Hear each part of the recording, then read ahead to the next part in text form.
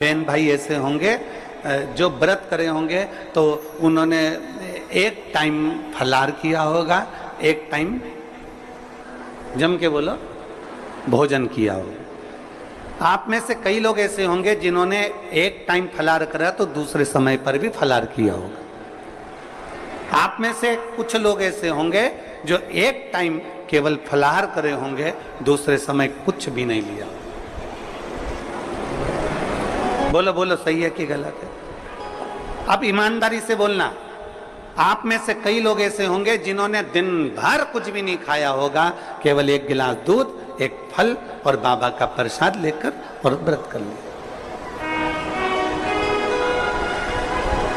अब आप में से कई लोग ऐसे भी होंगे जिन्होंने दोनों समय भोजन करा होगा और सवेरे नाश्ता भी किया होगा, दिन में पानी पूरी भी खाई होगी, शाम को थोड़ा भगर भी, सब खाया। अब जरा बहुत गहन चिंतन वाला विषय है, जरा ध्यान दीजिएगा।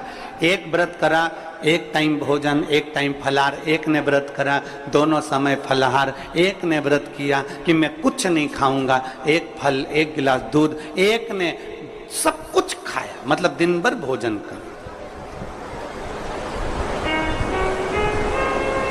दिन भर भोजन कर। अब जो एक समय फलाहार कर रहा है वो भी शंकर का भगत है, जो एक दोनों समय फलाहार कर रहा है वो भी शिव का भगत है, जो एक फल ले रहा है और एक गिलास दूध ले रहा है वो भी शिव का भगत है, और जो दोनों समय भोजन कर रहा है वो भी शिव का भगत है। अब शंकर जी से पूछा जाए कि इनमें से तुम मुक्ति किसको दोगे, इनमें से तुम मोक्ष किसको दोगे, इनमें से सबसे पहले तुम किसकी सुनोगे, किसकी सुनोगे? तो भगवान देव महादेव का चरित्र कहता है माता पार्वती से, पार्वती भले तुम भूखे रहो मत रहो, पर इतना जरूर करो कि किसी का दिल ना दुखे, तो मैं प्रसन्न हो जाता हूं और वर प्रदान कर।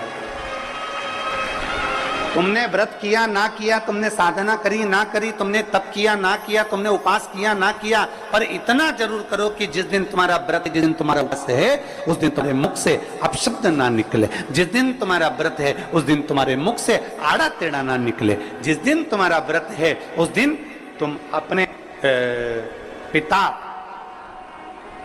पति और परमात्मा, इन तीन के झूठे बर्तन अवश्य घिसे, अवश्य मांझे।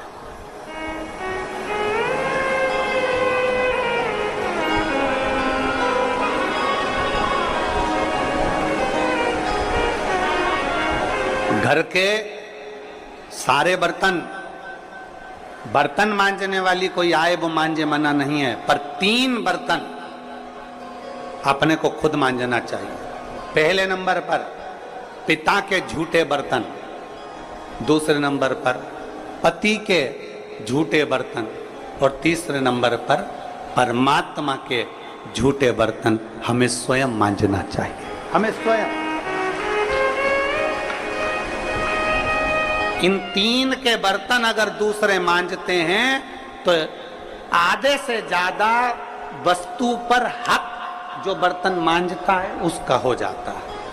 अब तुम समझ लेना अच्छे से, हम इसको बहुत विस्तार से नहीं कहेंगे। मालूम पड़े पिता के झूठे बर्तन अगर आप मांज रहे हो, पिता के सामने आप झूठे बर्तन उठा रहे हो, पिता के सामने आप बर्तन लेकर जा रहे हो, पिता के सामने आप उनके बर्तनों को मांज रहे हो, पिता के सामने आप उनके बर्तन उनके कमरे में उठाने जा रहे हो, पिता के सामने आप उनके झूठे बर्तन लाकर घिस रहे हो, मांज रहे हो, साफ कर रहे हो, तो पिता आपको देखेंगे तो उनके मन में आएगा मेरी बहू कितनी अच्छी है, देखो सारे बर्तन वो मांजने वाली मांजती है, पर मेरा झूठा बर्तन मेरी बहू मांजती है। तो पिता अपनी तिजोरी का माल निकाल के चुपचाप से तुमको दे दे, ये मेरी बहू है। सारे बर्तन दूसरे मांजते हैं, पर मेरी बहू मेरे बर्तन मांजती है, मेरी बहू मेरी सेवा करती है, मेरी बहू मेरी चाकरी करती है, मेरी बहू मेरे बर्तन घिसती है। दूसरे नंबर पर पति, पति के बर्तन, पति ने जिस बर्तन में भोजन किया है उसका बर्तन बर्तन मांजने वाला नहीं, उसके बर्तन पत्नी को मांजना चाहिए। और अगर पति के झूठे बर्तन कोई दूसरा मांजने लगता है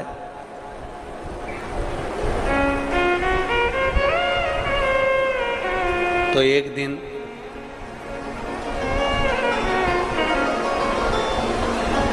सेठानी नौकरानी और नौकरानी सेठानी हो जाती है। वर्षा नहीं, बहुत सावधानी, बहुत सावधान। पिता, पति के झूठे बर्तन भी पत्नी को मांजना चाहिए।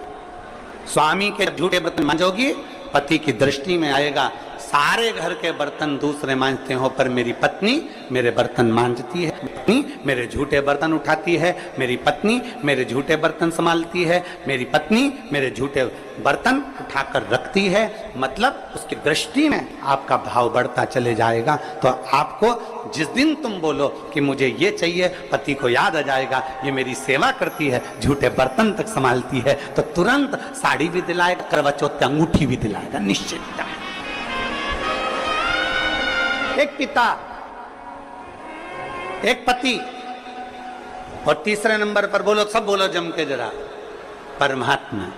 तुम्हारे घर में भगवान का मंदिर है, तुम्हारे घर में छोटा सा शिवालय है, तुम्हारे घर में छोटा सा देवालय है, तुम्हारे घर में छोटा सा मंदिर बना हुआ है, उस मंदिर में तुम भगवान की पूजन करती हो, पूजन करने के बाद भगवान को स्नान कराती हो, स्नान करा हुआ बर्तन रखा रहता है, लोटा रखा रहता है जल चढ़ाने वाला, भगवान के भोग लगाने की छोटी सी कटोरी होती है, भगवान को पानी पिलाने का छोटा सा लोटा होता है, कलश होता है, झारी जी होती है, या कोई गिलास होता है। भगवान का बर्तन, परमात्मा का बर्तन घर की स्त्री को, घर की नारी को स्वयं मांजना चाहिए, वो बर्तन मांजने वाले को नहीं देना चाहिए, क्योंकि परमात्मा ये देखता है कि ये मेरे बर्तन मांज रही है, मैं इसको भंडार भर देता हूं। पिता, सब लोग बोलेंगे कौन कौन के बर्तन मांजना चाहिए, जम के बोलो, पिता, पति और परमात्मा। इन तीन के बर्तन, इन तीन के झूठे बर्तन, इन तीन के झूठे पात्र का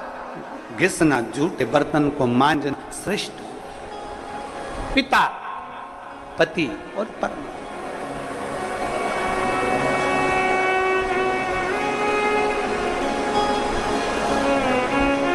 श्रेष्ठ। एक विश्वास अपने भीतर जागृत करिए, और जिस दिन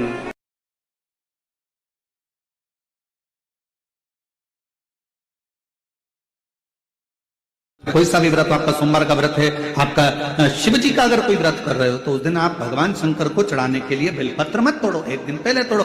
क्यों कहा गया? हमारे शास्त्र क्यों कहते हैं कि पशुपतिनाथ का व्रत कर रहे हो तो बेलपत्र को एक दिन पहले तोड़ना, सोमवार का व्रत कर रहे हो तो बेलपत्र को एक दिन पहले तोड़ना, प्रदोष का व्रत कर रहे हो तो एक दिन पहले बेलपत्र को तोड़ना।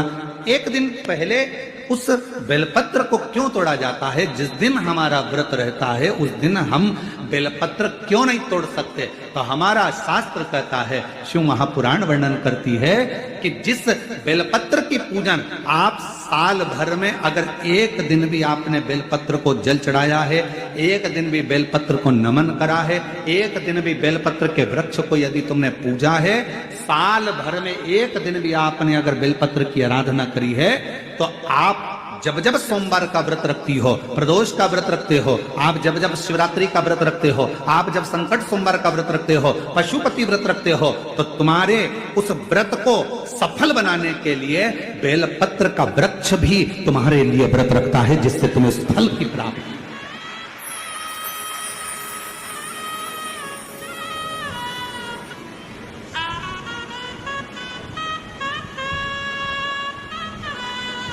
कथा सुनने आ रहे हो?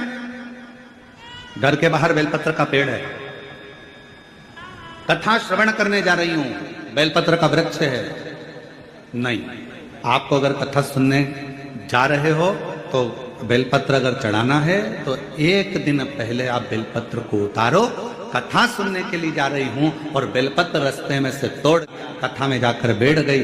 बेलपत्र शिव पुराण को समर्पित कर दिया या कथा में समर्पित कर दिया या विचार करा कि मेरा बेलपत्र व्यासपीठ तक जाएगा, झोली में डाल दिया। ध्यान रखना, कथा सुनने के लिए आ रही हो, सामने बेलपत्र का वृक्ष दिख गया, उसको झुककर प्रणाम करो, नमन करो और कहो मेरे बाबा, मेरे शंभु, आपका दर्शन कर कर जा रही हूं। मैं जानती हूं इस बेलपत्र के वृक्ष में गौरी शंकर हैं, मैं जानती हूं इस बेलपत्र के वृक्ष में नारायण लक्ष्मी है, मैं जानती हूं इस बेलपत्र के वृक्ष में 64 योगनियां है, मैं जानती हूं इस बेलपत्र के वृक्ष के तने में स्वयं कुबेर बैठकर साधना करता है।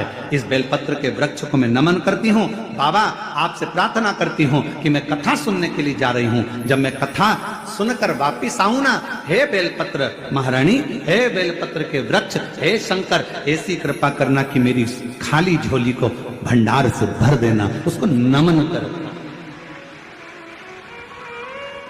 और हम क्या करते हैं, कथा सुनने जा रहे हैं तो बेलपत्र का वृक्ष अपने आंगन में है या बेलपत्र का वृक्ष रास्ते में पड़ गया, 4-6 बेलपत्र तोड़ लिए, कथा में जाकर बैठ गए, कथा सुन ली, बाद में बेलपत्र समर्पित कर, ना ना ना ना, आते समय बेलपत्र को नमन करते हुए,